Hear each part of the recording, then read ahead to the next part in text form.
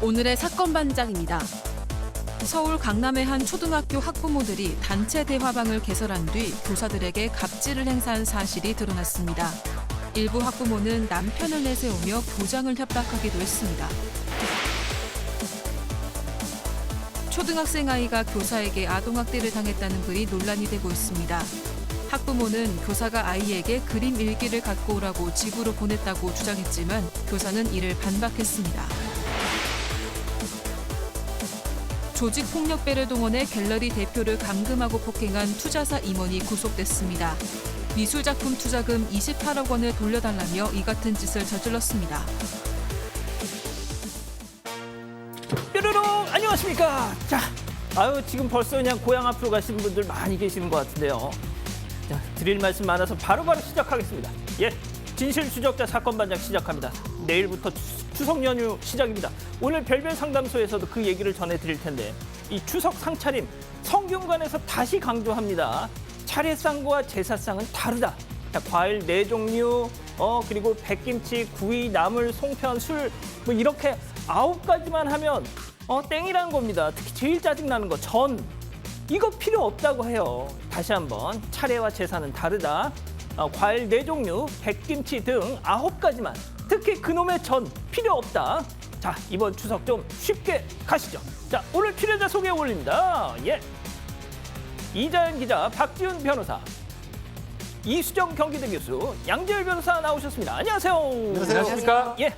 모든 사반 가족 여러분 추석 연휴 잘 보내세요 하신 나현님, 사반은 정치 얘기 안 해서 너무너무 좋아요 하신 조한나님, 가족이 된 지 4개월째인 댕댕이 나비랑 항상 사반 봅니다 하신 임진선님, 후원이라도 하고 싶을 만큼 사반 제작진 모두 고생하십니다 하신 송예림님, 어린이집 교사예요. 아이 모기 물렸다고 난리칩니다. 이젠 모기 관리까지 해야 되나요 하신 이순영님, 보육교사 시절 손녀딸 몽고반점 갖고 아동학대했다면서 난리쳤던 할머니가 생각나네요 하신 최정은님, 어제 저희가 전해드린 그 내용 때문에 그러신 것 같아요.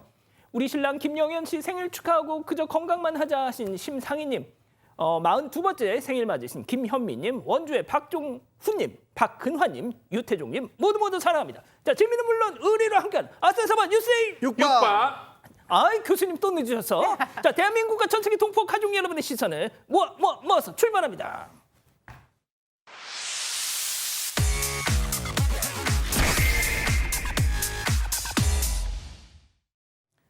첫 번째 가보죠. 자, 정유정 육성 공개입니다. 이 과외 앱으로 만난 20대 여성을 끔찍하게 살해한 살인마 정유정. 이 JTBC 탐사보도팀이 단독으로 체포 당일 정유정과 친부가 나눴던 통화 녹취를 확보했습니다. 먼저 듣고 가시죠. 무슨 일이라고 뭐라고? 난 무의징역 나올 수도 있을 것 같다고, 태영이나. 그래. 말을 해라. 옆에 형사님 2분 계시거든. 진짜야? 옮겼어. 내가 죽이진 않았고. 죽이진 않았고 시체를 옮겼어. 누군데? 처음 보는 사람. 그 사람이 죽었더라. 죽었어. 니 때문에 죽었나? 아니? 우리 혼자 죽었나? 아니? 그럼 누가 죽였는데? 살해를 당한 거지. 누구한테? 모르는 사람한테. 그 니하고 관련이 있나? 나랑 아무런 관련이 없지. 괜찮아요? 그냥 처음 보는 여자? 그 다음은 니가 죽였어? 아니? 그럼 지 혼자 죽었어? 아니? 살해되는 걸 봤어? 응. 추석 연휴 앞두고 정유정 얘기를 전해드려야 되나 고민도 좀 했지만 너무 충격적이라서 일단은 좀 준비를 했습니다. 자, 교수님, 도대체 이 정신세계를 어떻게 해석을 해야 될까요? 글쎄, 여하튼 답변하는 내용도 그렇고 질문하시는 분의 어떤 정서적인 흐름도 일반적인 부녀관계 같지는 않습니다. 그런데 어쨌든 5월 26일 날 과외 앱으로 20대 여성을 찾아가서 결국 살해하고 그리고는 시신을 회수해서 유기한, 그리고는 이제 지금 이런 전화를 걸었다는 겁니다. 아버지에게.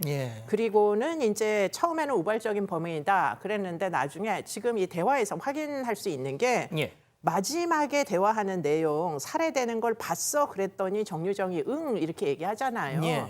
그 얘기는 살해 장면에 당시에도 입회를 했었다 이런 얘기이기 때문에 그렇죠. 이게 사실은 터무니없이 자기는 살인 사건에 연루되지 않았다고 했던 처음 주장하고는 굉장히 다른 내용으로 이제 대화를 나눈다 이런 것들을 알 수 있고요. 결국에는 최근에 재판 공판에서 계획된 범행을 인정을 했습니다. 네. 예. 자, 그리고 말이죠. 정유정이 주장한 트라우마 사건 반장에서만 처음 공개합니다. 들어보시죠. 새끼 코끼리를 무슨 줄로 매달아 놓으면 못 나가잖아. 근데 어른 코끼리는 묶어놔도 나갈 수가 있어. 힘이 있는데. 근데 그걸 자기가 이제 어렸을 때 그 기억을 안고 못 나가고 있는 거야. 나갈 수 있는데 못 나가고 있는 거야. 난 그게 트라우마라 생각하거든. 자, 정유정이 검찰 조사 과정에서 아버지의 재혼으로 배신감을 느꼈다. 뭐 이런 쓸데없는 얘기를 하면서 자신을 새끼 코끼리에 빗댄 적이 있었단 말이죠.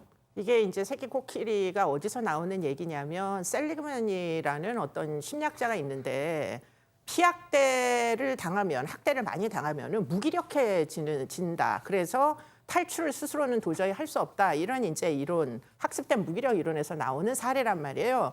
그러니까 이 정유정이 자신의 이제 살인까지 이어진 어떤 심정에 대해서 설명을 하는데 정유정은 어릴 때 조모로부터 굉장히 학대를 많이 받았어요. 그래서 결국에는 아버지가 출소하기를 너무나 기다려서 아버지가 출소하면 같이 살 줄 알았는데 아버지는 정유정을 챙기지 않은 채 재혼을 해버립니다. 그러니까 그 아버지로부터 인정받고 싶은 욕구가 이만저만이 아니었고 그런 유일한 이제 어떤 방안이 결국은 아버지처럼 범죄를 저질러서 아버지한테 뭔가 인정을 받고 싶어하는 욕망 이런 것들이 병리적으로 진행이 됐던 걸로 보여요. 그 결핍이 지금 밑도 끝도 없는 사람에게 가서 돌이킬 수 없는 일을 저지르고 직후 아버지에게 지금 아까 맨 처음에 나왔던 대화는 예. 아버지에게 지금 이런 사실을 이야기하면서 내가 이렇게까지 했노라고 뭔가 인정을 받고자 하는 이런 욕망을 그때 이제 보이는 겁니다. 그렇기 때문에 이게 지금 일반인들이 보기에는 터무니가 없는데 그 얘기는 결국은 일종의 성격장애가 있다는 얘기고요. 결국은 추정하건대 경계선 성격장애일 가능성이 굉장히 높고 경계성 성격장애인 사람들은 인정받고 싶어하는 혹시 사람들한테 버림받고 무시받을지도 몰라. 그러니까 나는 인정을 받고 싶어 이런 욕망이 굉장히 강렬합니다. 그게 결국에는 부친을 향해 가지고 사건을 저지르고 아버지에게 내가 이리저리 했으니 나 이제 너처럼 범죄자니까 이제는 좀 반성을 해라. 나를 왜 결국은 돌봐주지 않았냐. 이런 결국은 호소를 하기 위해서 전화를 걸었던 걸로 보이고요. 그런데 이제 제일 큰 걱정은 뭐였느냐면 예. 경계선 성격 장애는 기억에 문제가 생기는 경우들이 있어요. 해리성 정체감 장애라고. 그래서 초기에 지금 죽인 사람 따로 있고 자기는 유기만 했다 이렇게 얘기를 하다 보니까 혹시 죽이는데 입회한 퍼스널리티와 시체를 유기하는 퍼스널리티가 혹시 분리됐던 거 아닌가 이런 생각을 의심을 했었는데 그게 예. 아니라는 대화가 지금 이 내용입니다. 아, 뭐냐 그렇군요. 결국에는 맨 처음에 그 대화록 중에 맨 마지막 대화가 죽이는 거 봤느냐 했더니 응 이렇게 얘기하잖아요. 예. 그러니까 사실은 기억의 분절은 없었다. 그렇기 때문에 정체감 해리성 정체감 장애는 안 왔다. 기억 장애 없다. 그렇기 때문에 이것은 본인이 꾸며낸 거짓말에 의해서 지금 초기 단계의 진술 왜곡을 경찰에서도 검찰에서도 그리고는 아버지에게까지 했었다. 이런 이야기가 되겠습니다. 알겠습니다. 자, 보다 자세한 내용은 오는 29일 공개되는 웨이브 오리지널 악인 취재기에서 만나보실 수 있습니다. 자, 다음 이어가죠. 무서운 10대들입니다. 자, 영상 만나보시죠. 자, 걸어가는 남녀에게 자 잠시 후 두 남성이 다가갑니다. 자, 그러고는 순식간에 3명이 저렇게 둘러싸는데요. 자, 그 순간 한 남성이 갑자기 폭행을 시작합니다. 자, 지금 막 때리고 있죠? 자, 골목으로 들어가가지고 피해자 목을 조르고 넘어뜨리고 폭행이 이어지고 있는데요. 자, 다른 두 사람은 망을 보는 듯 멀리 떨어져 있습니다. 자, 추격 나선 경찰 오토바이를 타고 저 앞에 가는 도주하는 남성을 쫓습니다. 자, 신호 대기 중에 다가가서 지금 잡을 텐데요. 딱 검거에 성공합니다. 자, 역시 10대들 소행이었다는 거잖아요. 그렇습니다. 이 사건 지난 27일 날 새벽 12시 정도에 부산에서 일어난 사건이고요. 저 남성과 10대들이 어떻게 알게 된 거냐면 그냥 오픈 채팅방을 통해서 알았습니다. 그러니까 기존에 알던 사이는 아니라 우연히 알게 된 것 같고 저 지역으로 유인을 해서 3명 중에 1명은 여성이거든요. 같이 길을 걷고 있다가 이 뒤에서 남성 2명이 달려들어서 갑작스럽게 폭행을 했고요. 뭐 지갑, 현금 그리고 휴대전화를 빼앗아서 말씀하신 것처럼 오토바이로 도주를 했는데 바로 CCTV 분석에서 검거를 했고요. 구속영장 신청할 예정이라고 합니다. 그렇군요. 자, 좋습니다. 다음 이어가죠. 수습은 하고 가셔야죠입니다. 자, 사반 가족께서 직접 제보해 주신 영상 만나보시죠. 자, 어느 편의점으로 아이와 엄마가 입장합니다. 자, 들어가서 곧장 음료 코너로 직행하는데요. 뭘 마실까 고민 중인 듯 하죠. 자, 그런데 그 순간 아이가 갑자기 아래를 봐요. 자, 엄마는 음료수를 내려놓고 아이를 살핍니다. 자, 바로 아이가 편의점 바닥에다가 쉬를 했던 겁니다. 아이고, 이 녀석. 막, 자, 그 순간 다리랑 신발 구석구석 소변 묻은 걸 닦아주죠. 자, 이제 어느 정도 뒤처리가 끝났을 것 같은데, 자, 그 순간이었습니다. 자, 일어나서 나갑니다. 그냥 아니 뭐 잠깐만, 계산대로 가서 지금 계산하는데, 아니 바닥도 닦고 가셔야지. 어디가? 그건 니들이 닦아 하면서 지금 저렇게 나가고 있어요. 바닥을 닦을 생각이 애초에 없었어요. 네, 그런 것 같습니다. 지난 18일 경기 양주의 한 편의점인데 여기가 아파트 상가 안에 있는 편의점입니다. 한 아이 엄마가 아이를 데리고 와서는 딸기 우유 2개를 사서 나갔습니다. 그런데 잠시 뒤에 이 아이랑 엄마가 있던 자리를 보니까 바닥에 웬 물이 흥건했다는 거죠. 아우. 그래서 이 물을 엎지른 줄 알고 이걸 닦다 보니까 뭔가 냄새가 나서 아이고. 이상하다 싶어서 CCTV를 돌려봤는데 바로 저 장면이 찍혀 있었던 겁니다. 알고 보니까 아이가 서서 소변을 봤던 겁니다.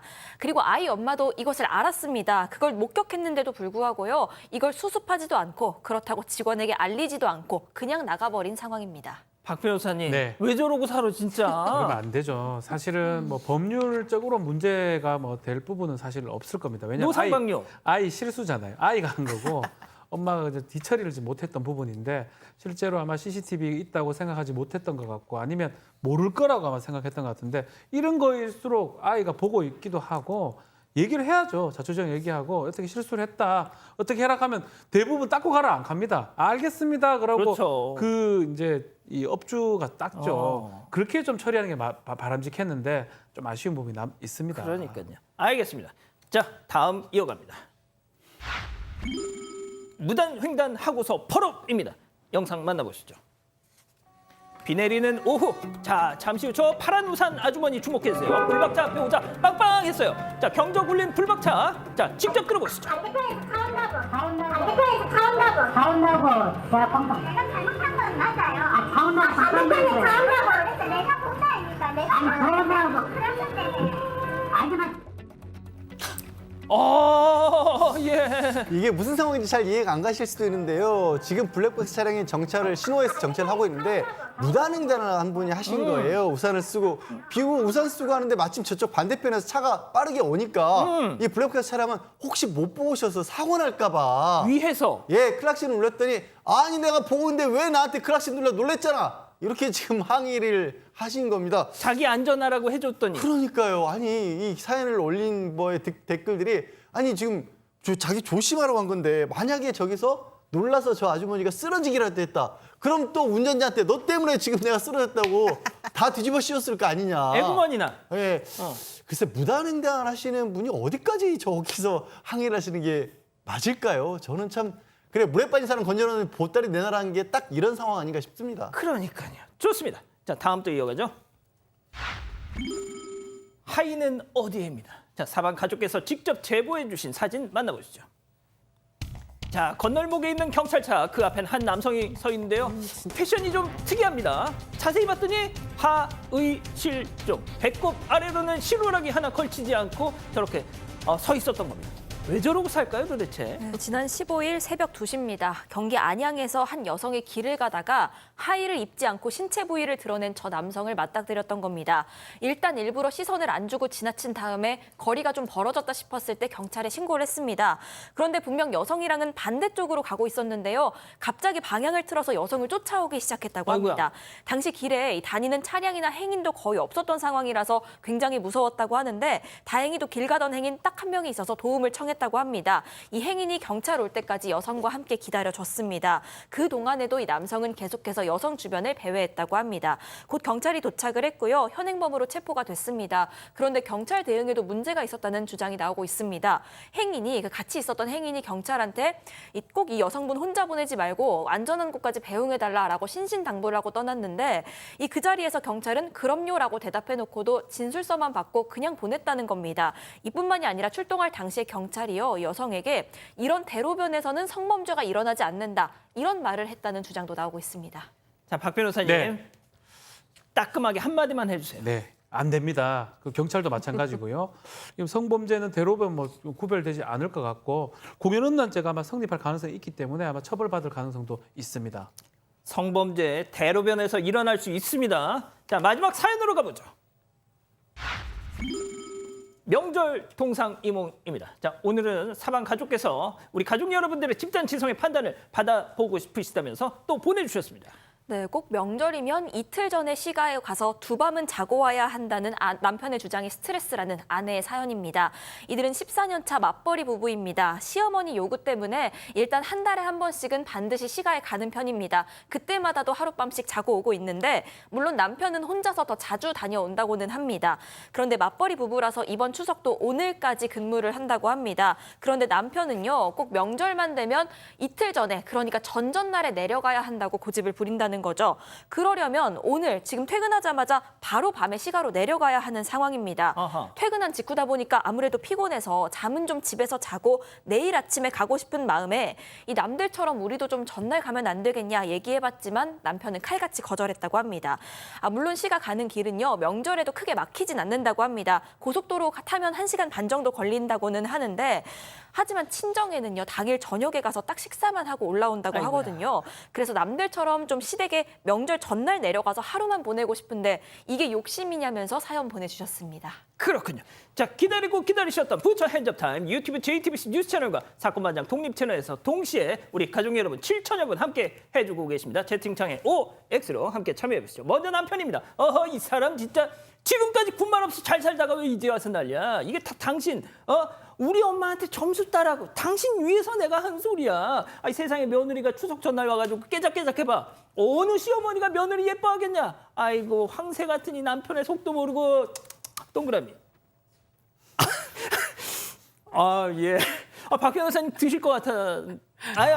예. 자, 다음은 아내입니다. 야, 박지훈, 이 황새 같은 소리 하고 앉았네. 너 딱 봐도 뱁새처럼 생겼어. 아이고, 마누라 위해 주는 척하고 앉았네, 진짜. 그동안 내가 참다 천불나서 지금 얘기하는 거야. 너네 집에 오늘 밤에 가나 내일 오전에 가나 그거 몇 시간 차이 난다고. 야, 연휴 때 하루라도 좀 편히 좀 찾아. X.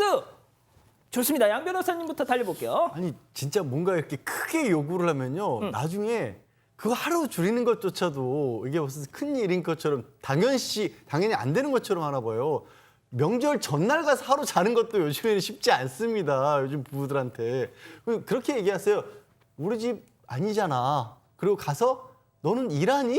가서 일하니? 맞벌이고 저는 이 사연 듣다가 40년 차 정도 옛날 좀 선배들이 아니라 14년 차면 상대적으로 젊은 부부잖아요. 젊죠. 저 남편 되게 대단하신데요? 자, 이번엔 교수님. 네, 뭐 강 큰 남편일 거예요. 요새 같아서는. 근데 이제 이분이 섭섭한 거는 친정에 가서 저녁만 딱 먹고 돌아오는 게 그게 더 서운할 것 같아요. 만약에 이틀을 잘 수 있는 여유가 만일 있다면 하루는 시댁에 가서 자고 하루는 친정 가서 자고 이렇게 했었으면 좀 공평했을 텐데 뭐 일하는 거야 어쩔 수 없는 일이라고 쳐도 이렇게 차별하는 게 사실은 더 섭섭하죠. 자, 이제 명절입니다. 곧 이제 명절 연휴인데 다 공평하게 해야 됩니다. 이 시간도 맞춰야 되고요, 돈도 맞춰야 되고 용돈도 맞춰야 됩니다. 그것이 하나라도 어긋나는 순간 큰일 날 수도 있고 엄청난 위기에 빠질 수가 있어요. 예컨대 시가에 5시간 있으면 여기도 5시간 있고 5시간 타서. 조카들 용돈 5만 원 가면 5만 원 가야 됩니다. 아 진짜? 한쪽 3만 원 주고 이러면 아이고. 난리 납니다. 아. 말할 필요가 없어요. 너 우리 집 무시하는 거야? 예, 그래서 싸우는 경우는 저는 많이 봤거든요. 결국 그런 사소한 걸로 싸웁니다. 뭐 장인 장모한테 주는 돈하고 예컨대 자기 어머니한테 주는 돈도 같아야 되고요. 아, 지금 또 이렇게 우리 박 변호사님 말씀하신 걸 보는 우리 장모님께서 아이고 우리 박서방 기대하겠네 또 그러실 것 같아요. 너무 기대는 하지 마시도 되는데 좀 더 얹어주는 건 좋죠. 몰래 더 얹어주는 건 좋습니다. 몰래? 몰래 해야 됩니다. 이면으로 몰래, 예, 몰래. 아.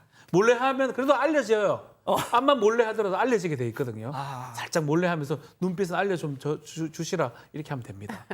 뭐 생각을 좀 해보세요. 무슨 소리인지 잘 모르겠어요. 네. 자, 아무튼 이게 우리 가족 여러분들 많은 말씀 주고 계세요. 네, 그런데 대동단결 X신 것 같습니다. 일단 레이나 킴님, 왜요? 이번 명절 6일이나 됩니다. 굳이 오늘 가야 하나요? 하셨고요. 김윤경님, 왜 다들 결혼만 하면 효자가 되는지 모르겠네요. 하셨습니다. 강경은님, 처가에 가서 이틀 자보라고 하세요. 박은지님, 혼자 조선시대 사는 남편이네요. 이런 의견 주셨습니다. 아, 그렇군요. 자, 사건반장 제보 메일과 카카오톡 사건반장 제보 채널은 추석 연휴 중에도 가족 여러분들의 사연을 기다리고 있겠습니다. 자, 류효이님 보고 계신가요? 지난 토요일 늦은 점심 서울 하월곡동 순댓국집에 가셨다고요? 자, 식당에는 남자 노인 두 사람이 딱 있더란 겁니다. 자, 메뉴판을 보고서 뭘 먹을까 하고 있는데 갑자기 한 노인이 어이 아가씨 뭘 시키려고? 아, 네, 순댓국이요. 하자. 그 느끼한 그리고 음흉한 목소리로 정말로 순댓국 먹는다규? 정말 그거 먹을 거야? 하면서 좀비 마냥 손을 뻗으면서 이렇게 다가오더라는 거죠. 순간 식당을 뛰쳐나오셨다는 겁니다. 교양 있게 나이 드는 게 이게 이렇게 힘든 건가? 라고 저희한테 메일을 보내셨습니다. 제발 좀! 콘드로이친 이젠 검증이 필요하겠죠. 어떤 콘드로이친인지 충분히 콘드로이친을 담았는지 기능성은 그건 기본 아닌가? 관절이 기억할 만하네. 이름값이란 이런 것. 관절엔 콘드로이친 1200. 뉴프릴 시크릿 오브 베이킹소다. 짜잔! 와, 맛있겠다. 근데 설거지는 어떻게? 걱정 마. 프릴. 셀프 기름 분해 효과로 기름기 많은 설거지도 싹! 깨끗해. 새로워진 프릴을 경험해보세요.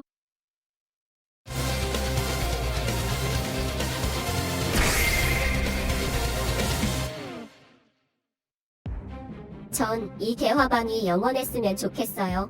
솔직히 힘가진 느낌이 있잖아요. 교장일 멱살 한번 제대로 잡혀야 정신 차리겠죠? 듣기만 해도 섬찟한 말들, 이런 말들이 오고 간 건 한 전체 대화방이었는데요. 문제는 이 대화방이 그냥 친목을 위한 게 아니라는 겁니다. 서울 강남의 한 공립초등학교 학부모들이 모인 익명 단톡방이었습니다.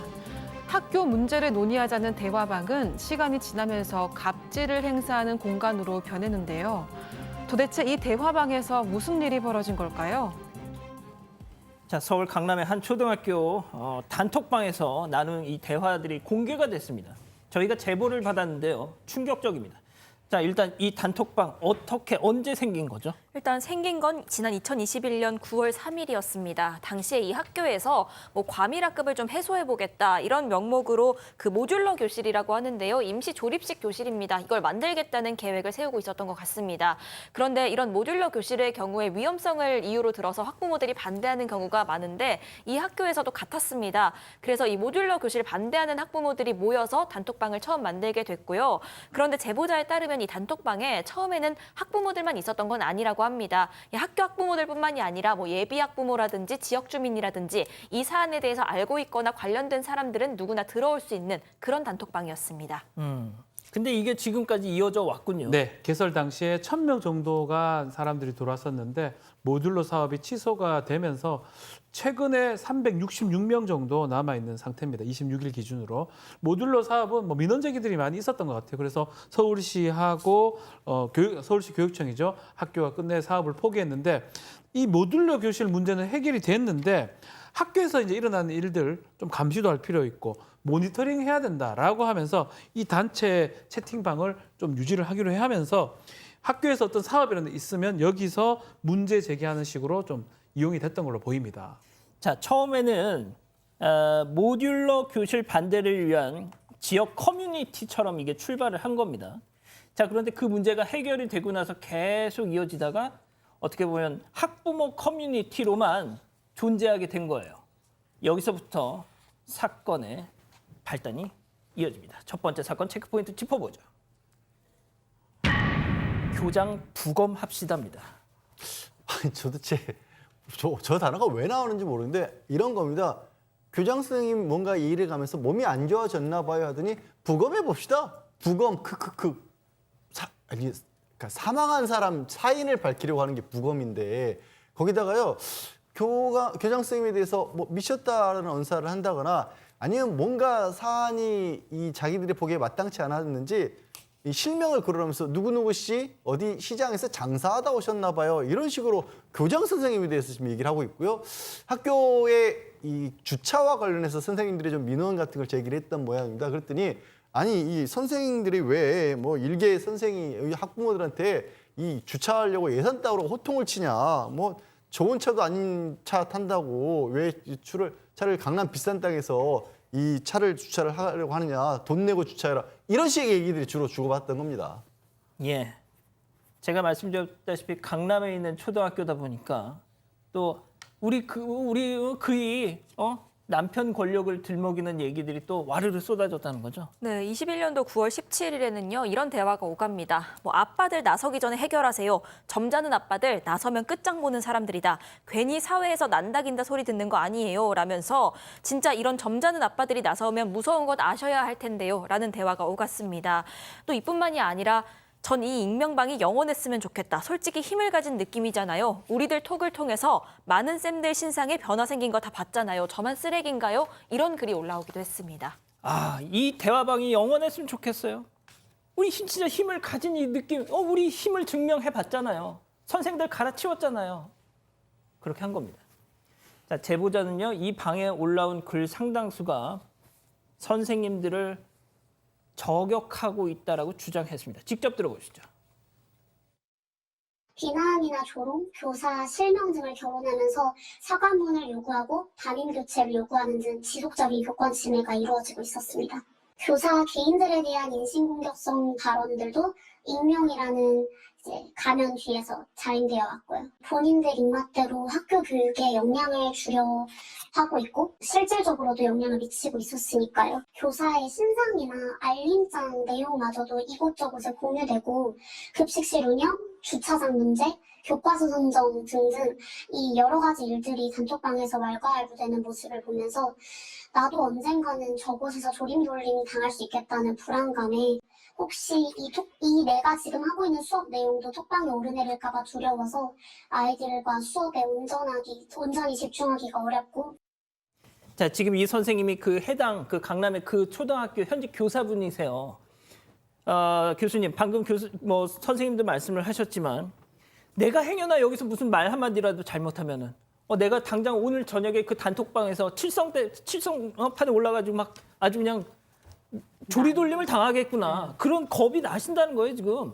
네, 뭐 난도질을 당할 수 있죠. 원래 저런 식으로 익명으로 이제 자기 표현을 하게 되면은 자기 이름 밝히고 신원 밝히고 하는 얘기와는 아주 다른 얘기들이 오갑니다. 원래 그게 인간의 본성이에요. 그렇기 때문에 누가 나를 평가할지도 모른다라는 생각을 접을 때 정말 본성적인 뭐 아주 남에게 적대적인 그런 태도들이 마구 쏟아져 나오는데 지금 아마도 지금 이 단톡방은 그런 식으로 대화가 오가면서 점점 심화가 된 걸로 보입니다. 뭐 아주 뭐 하여튼 좋지 않은 이런 의도로 욕설 정도가 아니라 뭐 이렇게 악담 같은 거를 막 했던 걸로 보여요. 그러다 보니까 민원도 쓰다 보니 재밌네요, 지금 그런 거. 네, 남한테 악담하는 게 재밌을 수가 없죠. 근데 그게 대상이 선생님이라는 게 내 아이를 가리키는 선생님이라는 게 좀 쇼킹하기는 한데 원래 인간들은 원래 저런 모습이에요. 뭐 리스키스프트라고 그 점점 익명 속에서는 뭐 공격성이 증가하는 서로 이제 상승 효과를 보이는 게 일반적입니다. 네.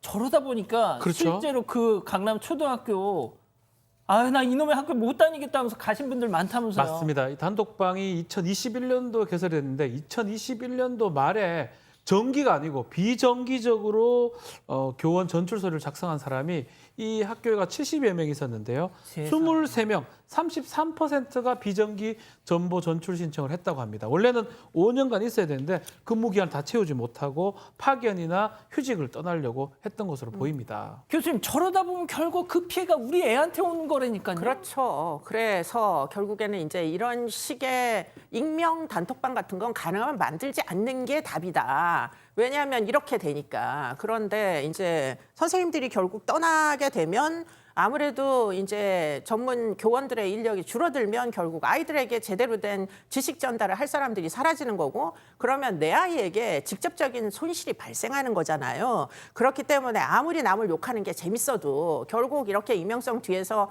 결과적으로 선생님을 쫓아내는 행위들을 지금 하고 있는 겁니다. 이 어머니들이 도대체 누구를 위해 가지고 이렇게 하는 건지 잠시 좀 냉정을 찾고 생각을 좀 해보시는 게 필요하지 않을까 싶습니다. 자, 양 변호사님. 그래도 모든 학부모들이 다 저러진 않았다는 거예요. 어떤 학부모님들이 아유 그래도 그 선생님은 참 좋은 분이에요. 그랬더니 너 강퇴. 그러니까 정말 이게 뭔가 우리 가끔 그런 사례들을 보잖아요. 물론 이수정 교수님이 더 전문가시지만 뭔가 안 좋은 쪽으로 여론이라고 해야 되나 이게 구축이 되면 거기서 옳은 소리 하는 사람들이 더 핍박받는 그런 상황이 이어졌던 것이고요. 그나마 다행이라고 해야 될까요? 지난 26일에 이 방은 폐쇄가 됐다고 합니다. 근데 폐쇄 이유가 이게 외부인들이 너무 많아서 맘 편히 얘기를 못하겠다라는 이유로 폐쇄를 했다는 거예요. 그럼 학부모도 아닌 외부인들이 들어와서 저런 갑질을 하는데 같이 하고 있었다는 거예요? 도대체 그분들은 뭐 하는 분들이었던 걸까요? 아, 도의적인 책임을 느껴서 없앤 게 아니라 맘 편히 얘기를 못하겠어서. 그러면 저 얘기에 따르면 외부인 빼고 또 만들 수도 있다는 얘기잖아요. 그러네요. 참 이해가 안 가는 상황입니다. 여러 가지로. 예, 그 해당 초등학교 어딘지는 지금 단톡방에서 다 말씀을 하고 계십니다. 아, 단톡방이 아니라 저희 죄송합니다. 단톡방 계속 얘기하다 보니까 저희 유튜브 채팅방에 말이죠. 첫 번째 사건 일단 이렇게 정리하고요.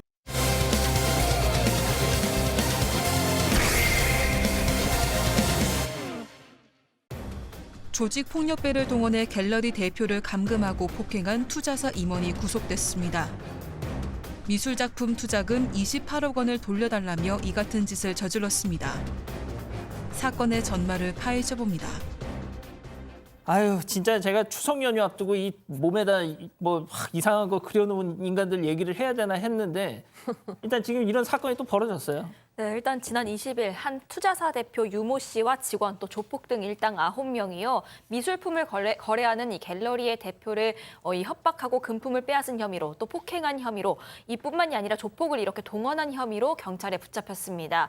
이들은요, 이 미술작품 투자금 28억 원에 이자까지 쳐서 회수하겠다. 이런 명목으로 87억 원을 받아내기 위해서 이런 짓을 벌였습니다. 이들은 구속 상태로 오늘 검찰에 넘겨졌습니다.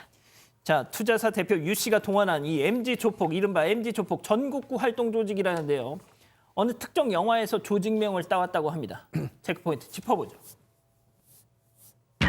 돌아온 불사파. 네, 불사파 아시는 분들도 있을 거고요. 좀 잘 모르는 분도 있을 것 같은데 예전에 아주 유명했던 영화 넘버 3에서 나왔던 영화입니다. 아마 송강호 씨가 의리 뭐 이렇게 얘기하면서 불사파 아니 불 죽을 사 절대 그 안 죽는다는 뜻이야. 그 의리 충성 비슷하게 제가 얘기를 좀 해봤습니다. 그래서 불사파가 그 배신 배신 그 죽어 뭐 이렇게 얘기하면서 안 보신 것 같아요. 불사파 전 봤어요. 봤는데 예. 이 불사파가 이제 그런 의미 불사파인데 이거를 땄던 것 같아요. 이 영화가 좀 흥행을 많이 하니까 2021년도에 한 1983년생들이 이 모여가지고 아이고. 이 모습입니다. 불사파 영감을 받아서 이름을 만들었고요. 뭐 조폭이긴 한데 좀 전국적으로 좀 활동을 했다라고 지금 알려져 있고 이 사람들이 지역볼 모임도 하면서 또 야유회 하면서 친목도 다쳤다고 합니다. 자, 넘버 3 뭐 영화가 얘기가 나왔으니 송강호 씨가 그때 거기서 막 헝그리 정신 같은 거 되게 강조했지 않습니까? 불사파는 어땠을까요? 뭐 이루 말할 수 없는 이제 그 상황이었다고 합니다. 이 친구들이 그야말로 돈을 펑펑 물쓰듯이 쓰고요. 그리고는 지금 뭐 1,300만 원짜리 강남의 고급 아파트에서 월세로 산답니다. 아이고. 그런데 차량이 도대체가 어떻게 된 건지 벤츠에 레인지로버에 벤틀리 저는 뭐 이 가끔 보기만 했던 그런 차인데 이게 한 대당 2억이 넘는 고가의 차량이래요. 그런 거 타고 다니면서 호화롭게 살면서 결국은 협박, 공갈, 뭐 폭행 해가지고 결국 갈취를 한 돈이 집에서 3억이 현금으로 발견되기도 했었대요. 예. 참.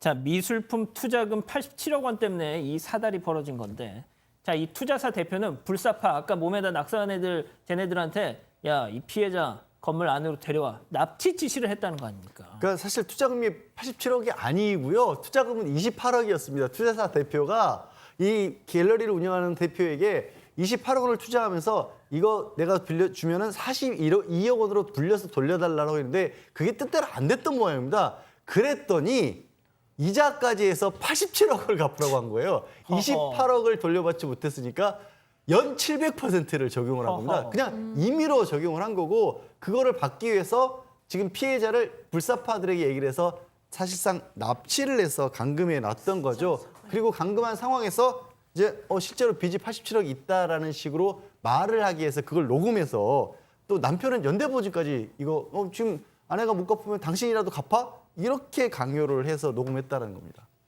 자, 이 기자, 여기서 그치진 않았겠죠? 네, 지난 8월 3일에 이들은 피해자가 운영하는 그 갤러리를 찾아갑니다. 그리고 조폭들과 함께 피해자를 둘러싸고 위협을 하기 시작을 했고요. 머리를 때리기까지 했습니다. 지금 영상으로 나가고 있는 저 모습입니다. 이뿐만이 아니라 이들은요, 갤러리에 있던 지금 저 청바지를 입은 사람이 여성이에요. 예, 저렇게 머리를 때리는 모습이고요. 둘러싸고 위협까지 했다고 합니다. 이뿐만이 아니라 이들은 이 갤러리에 있던 시가 3,900만 원 상당의 그림 3점을 떼가기도 했습니다. 자, 투자사 대표는 피해자를 상대로 어마무시한 협박까지 했다는데요. 직접 한번 들어보시죠.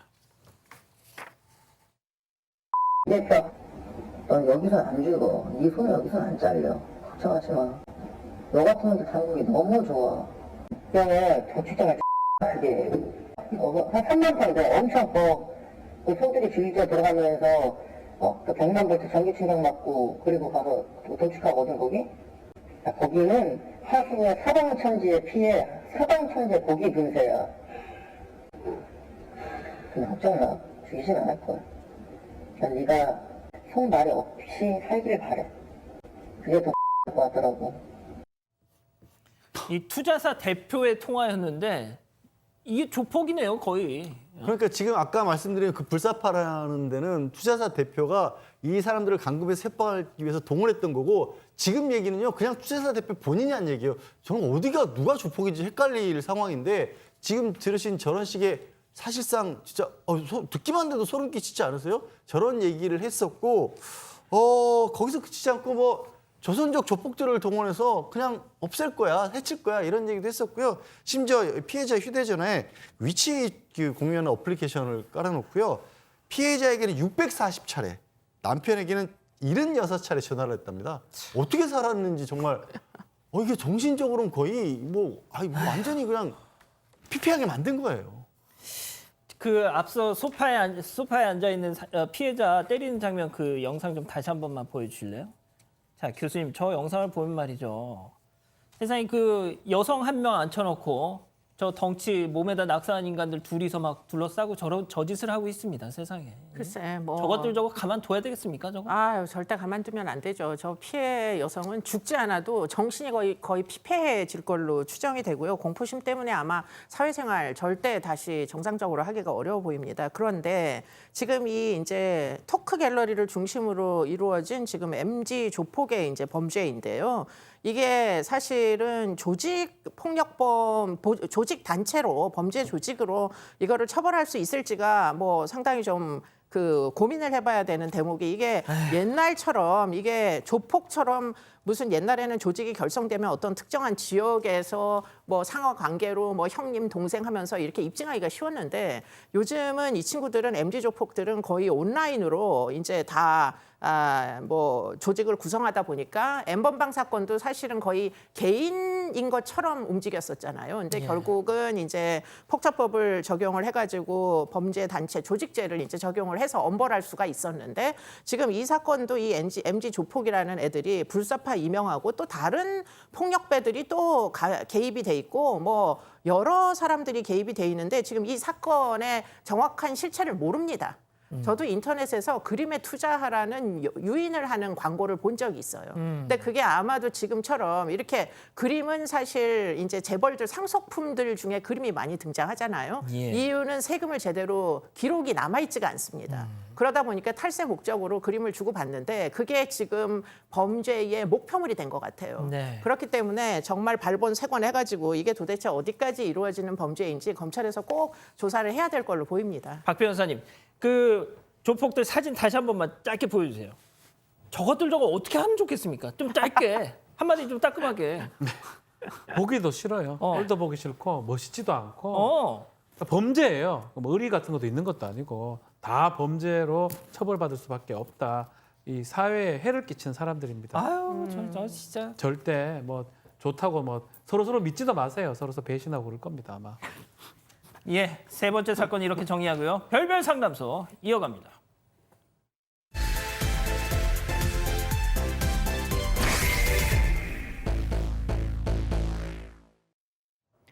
이제 막 돌이 지난 아이를 키우는 30대 권 씨는 어김없이 찾아오는 명절이 두렵기만 합니다. 문어에 한우, 옥춘까지 차례상에 올리는 음식은 모두 최상급. 상다리 휘는 차례상 비용만 100만 원을 훌쩍 넘어선다고 하는데요. 더군다나 하루 종일 붙여놓은 전 앞에서 기독교식 예배만 드리는 게 이해가 되지 않았다는 권 씨. 결국 시어머니에게 차례상을 간소화하고 음식도 사서 하는 게 어떻겠냐고 조심스럽게 물었지만 시어머니는 그 자리에서 노발대발하며 눈물까지 흘렸다고 합니다. 이때 권 씨의 손을 들어준 건 바로 형님들. 차례상을 간소화하지 않으면 이번 추석에 가지 않겠다며 맞불을 놓겠다는 입장인데요. 시가와 며느리들의 싸움으로 번지는 이 상황. 권 씨는 이번 명절을 무사히 넘길 수 있을까요? 예, 실제 사연을 당사자 특정 우려로 조금 각색했다는 점 미리 말씀드립니다. 제사를 간소화하느냐, 차례를 간소화하느냐 그런 걸로 일단 시작이 된 문제 같아요. 네, 사연자 권 씨는 30대 여성입니다. 이제 갓 돌진한 아들을 키우고 있고요. 오랫동안 직장 생활을 했는데 아이가 태어나면서 지금은 육아휴직을 한 상태입니다. 권 씨의 친정은 기독교 집안입니다. 그래서 제사를 지내본 적도 없고 당연히 제사 음식을 해본 적도 없습니다. 그런데 시가에서는 차례상을 차린다고 합니다. 2번의 명절 그리고 시아버지 기제사 이렇게 한 번인데요. 제사는 간소하게 지낸다고 하는데 이 명절만큼은 정말 상다리 휘어질 정도로 제대로 격식을 차려서 준비를 한다고 합니다. 그래서 권 씨는요, 보통 추석 하루 전날부터 시가에 가서 종일 음식 준비를 하고 당일에 차례 마치고 그리고 친정으로 오는 이런 루틴을 주로 해왔습니다. 어떻게 하길래 상다리가 그래요? 정성이 중요하다. 음식 만들 때 정성이 중요하다 하면서 뭐 좀 전에 얘기했지만 전을 되게 하여튼 전이 맛있긴 합니다. 전을 최소한 7가지를 해야 됩니다. 아이고야. 육전, 명태전, 그리고 과일도 해야 됩니다. 과일을 이제 해야 되는데 아주 최상급의 과일을 박스채 구입을 해야 되고요. 거기서 끝나는 게 아니에요. 문어 올리고요. 양지고기 한우 올려야 되고요. 떡, 한가, 옥춘 사탕까지 다 올려야 됩니다. 그러다 보니까 비용 자체가 100만 원을 넘는다고 해요. 근데 문제는 또 이 비용도 비용이고 뭐 그렇지만 나물 무치고 탕국 끓이고 하는 사람들은 여자들이 다 하고 또 전 한다고 하면 허리가 끊어지겠죠. 남자들은 또 주워 먹어요. 또 그거 하고 있는데 주워 먹고 낮잠이나 자고 있고 그러다 보니까 상당히 스트레스를 많이 받았다고 합니다. 자, 우리 가족 여러분들 이수정 교수님 하면은 막 되게 걸크러쉬 막 이런 느낌이시잖아요. 자, 세상에. 그런데 이수정 교수님이 1년에 차례 제사 도합 5번씩을 꼬박꼬박 다 준비하신다면서요. 네, 5번 플러스 알파인데요. 아, 진짜? 제가 지금 조금 전에 남편한테 전화해놓고 왔어요. 왜요? 탕국 끓여달라.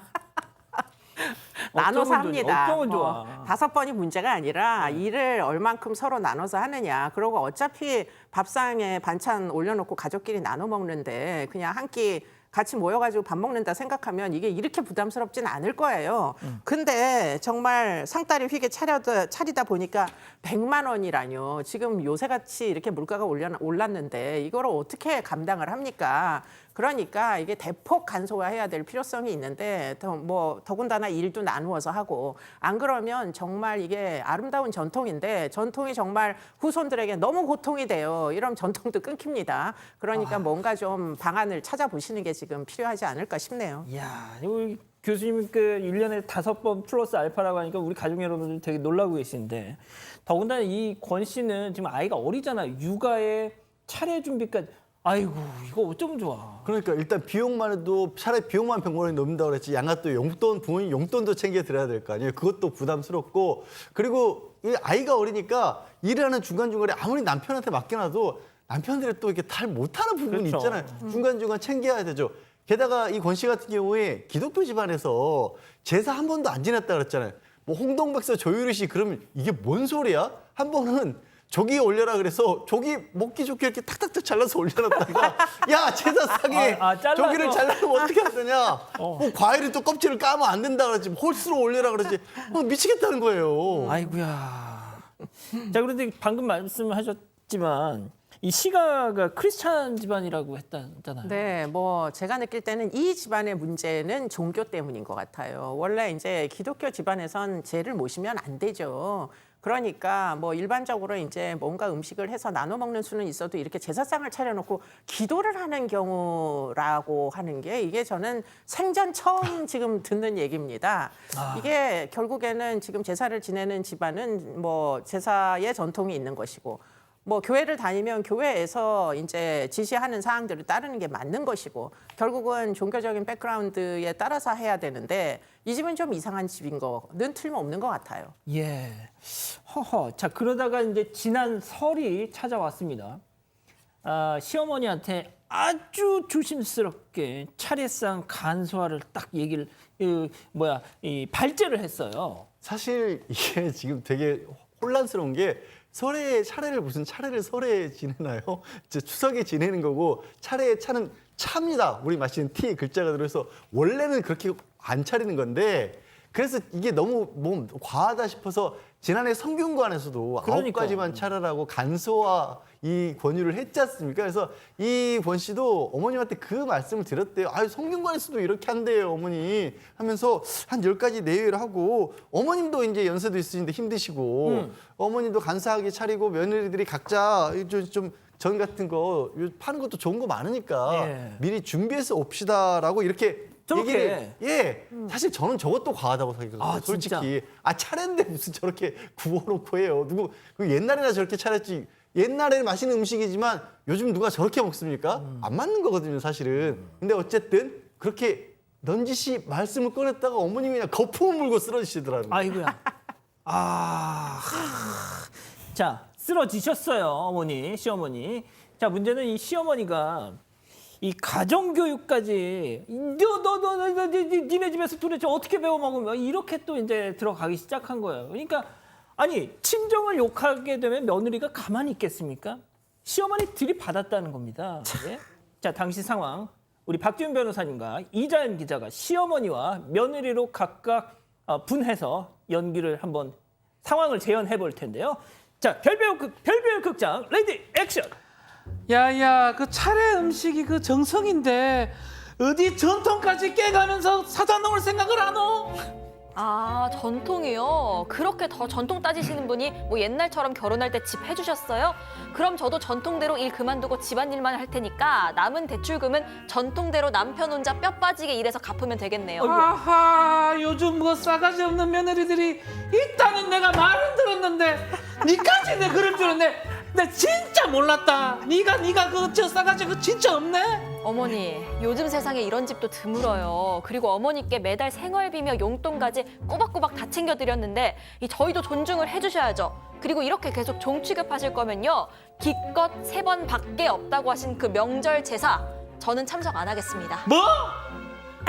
아들아 내가 니를 의획해왔는데. 열연. 죄송합니다. 경상도 시어머니라서 그냥 제가 할 수 있는 연기를 했습니다.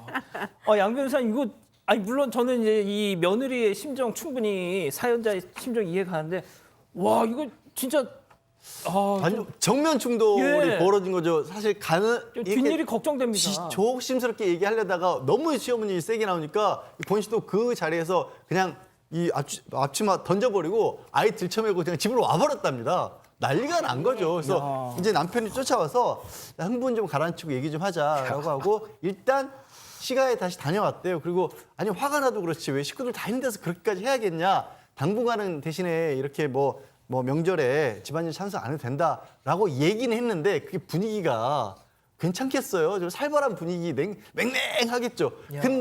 근데 큰형님, 작은형님들, 네. 며느리들은 난리가 난 거예요. 막내 잘했다고, 잘했다고, 고맙다고, 네가 말 잘 응원한다고. 꺼냈다고, 막 기프티콘 싸주고 먹고 싶은 거 없냐, 막 이렇게 또 응원을 하고 있고. 아니 자신들도 했어야지. 예, 근데 이제 큰 며느리, 작은 며느리들은 아직까지는 용기를 못 냈던 거죠. 근데 어쨌든 이 상황에서 이제 큰 형님이 다음 명절에도 혹시 이런 일이 있으면 이번엔 내가 나서겠다라고 말은 했는데 그럼 또 어머님이 또 그냥 또 쓰러질 거 아니에요. 그래서 이게 며느리들이 이거 어떻게 하면 좋겠냐고 지금 다 저희 사건반장이 지혜를 좀 달라고 요청을 하신 상황입니다. 그렇군요.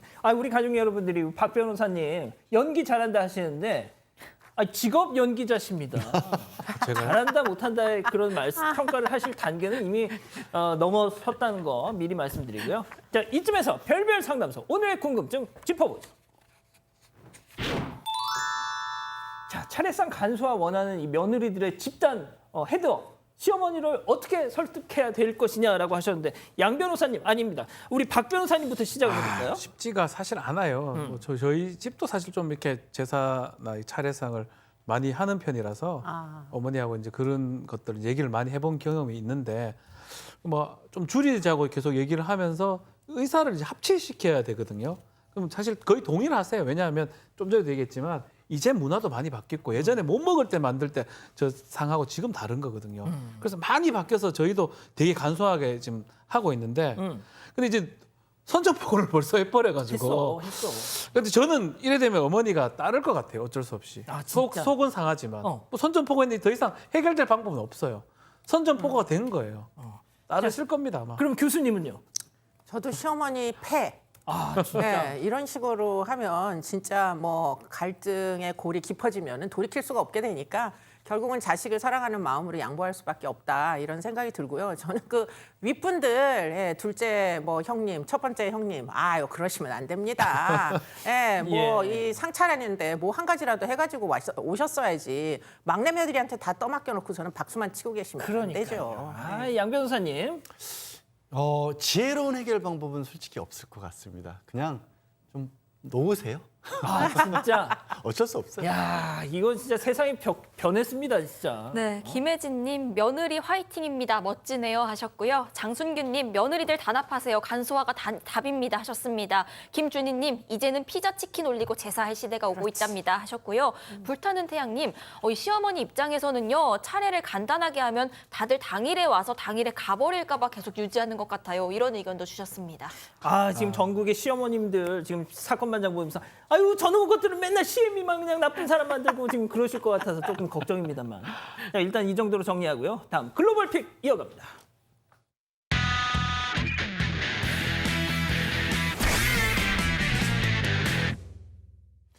자, 첫 번째 주인공 동물입니다. 보시죠.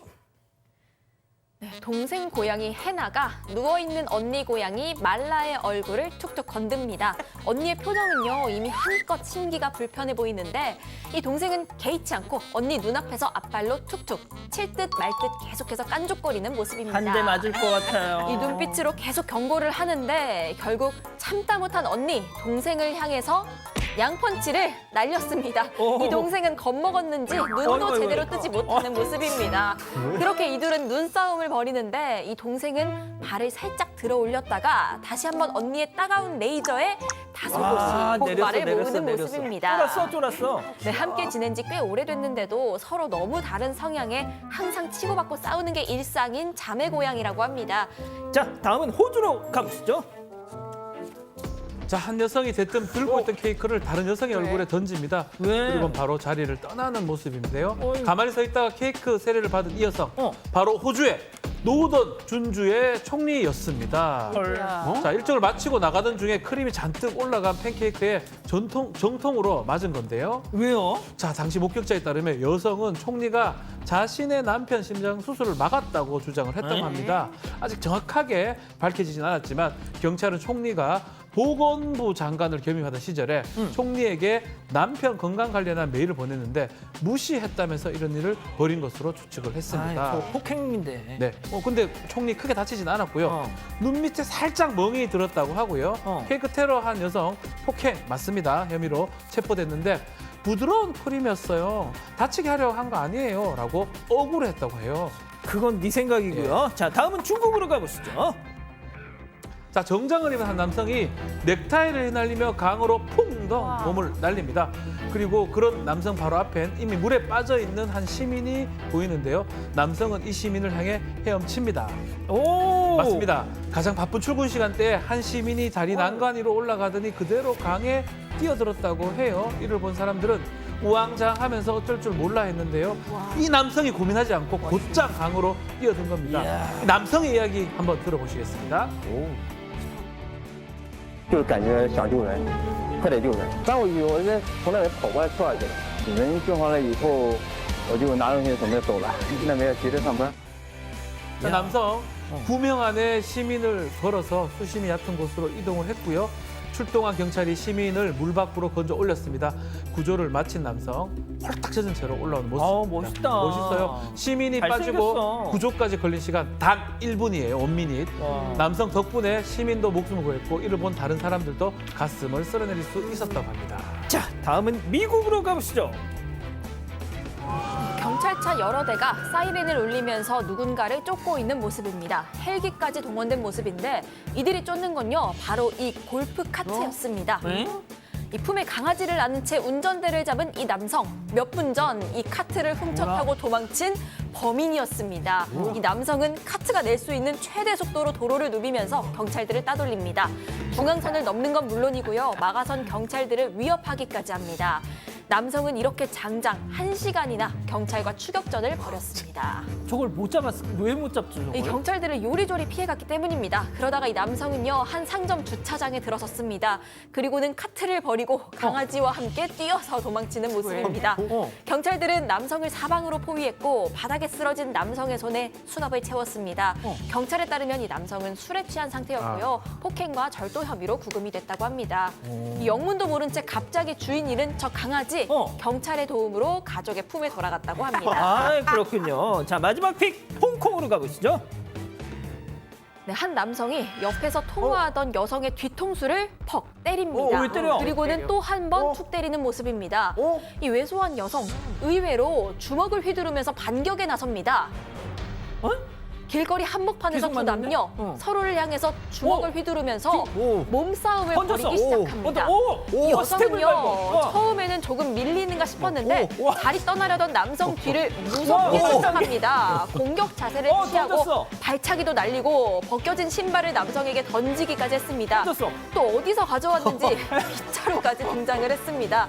이 남성은 횡단보도 앞에서요, 아주 먼지나게 맞는 모습입니다. 그러니까 왜 건드렸어? 네, 보다 못한 행인이 말려도 봤는데 여성은 이미 화가 날 대로 난 상태였다고 합니다. 결국 이 남성, 여성을 피해서 36개 주랭랑을 치는 모습입니다. 이 여성도요, 지구 끝까지 쫓아갈 기세로 남성을 따라 달립니다. 이후에 이 두 남녀가 어떤 결말을 맞았는지는 전해지지 않았지만요, 이 여성을 본 누리꾼들, 여성의 KO 승이다라는 뜨거운 반응을 보였습니다. 그렇군요. 아, 좋습니다. 자, 사랑하는 사건 반장 가족 여러분, 아시겠지만 제가 여름 휴가를 못 갔습니다. 겸사겸사 내일부터 다음 주 화요일 개천절까지 사건 반장 잠시 좀 쉬겠고요. 다음 주 수요일 별이 6개 반, 사반 6반 저녁 6시 반에 다시 옵니다. 사반 가족 여러분, 자, 같이 해주세요. 해피 추석! 아이고, 죄송합니다. 네.